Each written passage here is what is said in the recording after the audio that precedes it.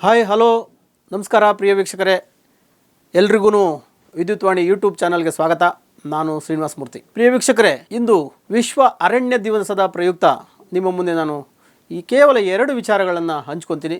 ಅದರಲ್ಲಿ ಒಂದು, ಇವತ್ತು ನಾನು ಸಾಮಾಜಿಕ ಮಾಧ್ಯಮಗಳನ್ನ ನೋಡ್ತಾ ಇದ್ದರೆ ತುಂಬ ಬೇಜಾರಿನ ಸಂಗತಿ ಅಂದರೆ ನಮ್ಮನ್ನು ಆಳೋ ನೇತಾರರು, ಹೋರಾಟಗಾರರು, ಪರಿಸರವಾದಿಗಳು ಎಲ್ಲ ವಿಶ್ವ ಅರಣ್ಯ ದಿನದ ಶುಭಾಶಯಗಳನ್ನ ಹಾಕ್ಕೊಂಡಿದ್ರು. ಒಂಥರ ಭೂತದ ಬಾಯಲ್ಲಿ ಭಗವದ್ಗೀತೆ ಅನ್ನೋ ರೀತಿಯಲ್ಲಿ ಆಗೋಯ್ತು. ಯಾಕಂದರೆ ಇವತ್ತು ನಮ್ಮ ಪೂರ್ವ IAS ಅಧಿಕಾರಿಯೊಬ್ಬರು ಸರ್ಕಾರಕ್ಕೆ ಸಲ್ಲಿಸಿರುವ ವರದಿ ಪ್ರಕಾರ ಕರ್ನಾಟಕ ರಾಜ್ಯದಲ್ಲಿ 83 ಲಕ್ಷ ಎಕರೆಗಳಷ್ಟು ಅರಣ್ಯ ಭೂಮಿಯನ್ನ ಒತ್ತುವರಿ ಮಾಡ್ಕೊಂಡಿದ್ದಾರೆ ಎಲ್ಲ ಪ್ರಭಾವಿಗಳು. ಅದನ್ನು ಒತ್ತುವರಿ ತೆರವುಗೊಳಿಸೋಕ್ಕೆ ಯಾರೂ ಇಚ್ಛಾಶಕ್ತಿಯನ್ನು ಪ್ರದರ್ಶಿಸ್ತಾ ಇಲ್ಲ.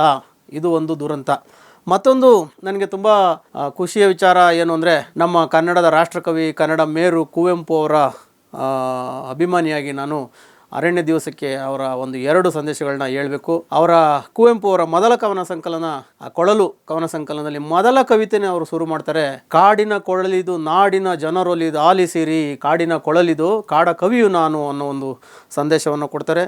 ಅವರ ದೊಡ್ಡ ಜಗದ್ಭವ್ಯ ರಾಮಾಯಣ ಅಂತ ಏನು ವಿದ್ವಜ್ಜನರಿಂದ ಮನ್ನಣೆ ಪಡೆದಿದೆ, ರಾಮಾಯಣ ದರ್ಶನದಲ್ಲಿ ಅವರು ಹೆಜ್ಜೆಗೂ ಕಾಡನ್ನು ಅದ್ಭುತವಾಗಿ ವರ್ಣಿಸ್ತಾರೆ. ಅದರಲ್ಲಿ ಒಂದು ಭಾಗ ಯಾವುದು ಅಂದರೆ, ರಾಮಲಕ್ಷ್ಮಣರು ಮೊದಲನೇ ಬಾರಿ ವಿಶ್ವಾಮಿತ್ರರ ಜೊತೆನಾಗಿ ಕಾಡಿಗೆ ಹೋದಾಗ ರಾಮನ ಬಾಯಿಲೇ ಅವರು ಹೇಳಿಸ್ತಾರೆ, ಗುರುದೇವ ನಿಮ್ಮ ಕೃಪೆಯಿಂದ ಯಮಗೆ ಲಭಿಸಿತು ಇದು ವನಸುಖ, ಇದು ದರಿದ್ರವಲ್ಲವೇ ಈ ವನ ಸಂಸ್ಕೃತಿಯ ಮುಂದೆ ಆ ನಾಗರಿಕ ಜೀವನ ಅನ್ನೋ ಒಂದು ಮಾತನ್ನು ಹೇಳ್ತಾರೆ.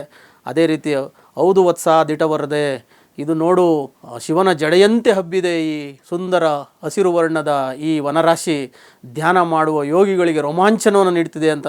ಇದು ಒಂದು ಸಣ್ಣ ಝಲಕ್ ನಿಮ್ಗೆ ಹೇಳಿದ್ದು. ಇಂಥ ಸುಮಾರು ಸಾವಿರಾರು ಸೂಕ್ತಿಗಳು ಅದರಲ್ಲಿ ಸಿಗ್ತವೆ. ಈ ಥರ ನಿಮಗೆ ಅರಣ್ಯ ಮತ್ತು ಬದುಕು ಒಂದು ಅವಿನಾಭಾವ ಸಂಬಂಧ. ತೇಜಸ್ವಿನೂ ಕೂಡ ಹೇಳ್ತಾರೆ ಕಾಡಿಲ್ಲದೆ ನಾಡಿಲ್ಲ ಅಂತನ. ಸೊ ಆದ್ದರಿಂದ ಎಲ್ಲರೂ ಹೆಚ್ಚು ಗಿರಿವನ ಪ್ರೇಮಿಗಳಾಗಿ, ನಾಡು ನುಡಿಗಳನ್ನ ಪ್ರೀತಿಸುವಂಥವರಾಗಿ, ನಿಜವಾದ ನಾಡ ಅಭಿಮಾನಿಗಳಾಗಿ ಅಂತ ಹೇಳ್ತಾ ಎಲ್ರಿಗೂ ಹಾರೈಸ್ತೀನಿ. ನಮಸ್ಕಾರ. ಮತ್ತೊಂದು ಸುದ್ದಿಯೊಂದಿಗೆ, ಮತ್ತೊಂದು ವಿಚಾರದೊಂದಿಗೆ ನಿಮ್ಮ ಮುಂದೆ ಸಿಗ್ತೀವಿ. ನಿಮಗೆ ನಮಸ್ಕಾರ. ನೋಡ್ತಾ ಇರಿ ವಿದ್ಯುತ್ವಾಣಿ ಯೂಟ್ಯೂಬ್ ಚಾನಲ್. ನಮಸ್ಕಾರ.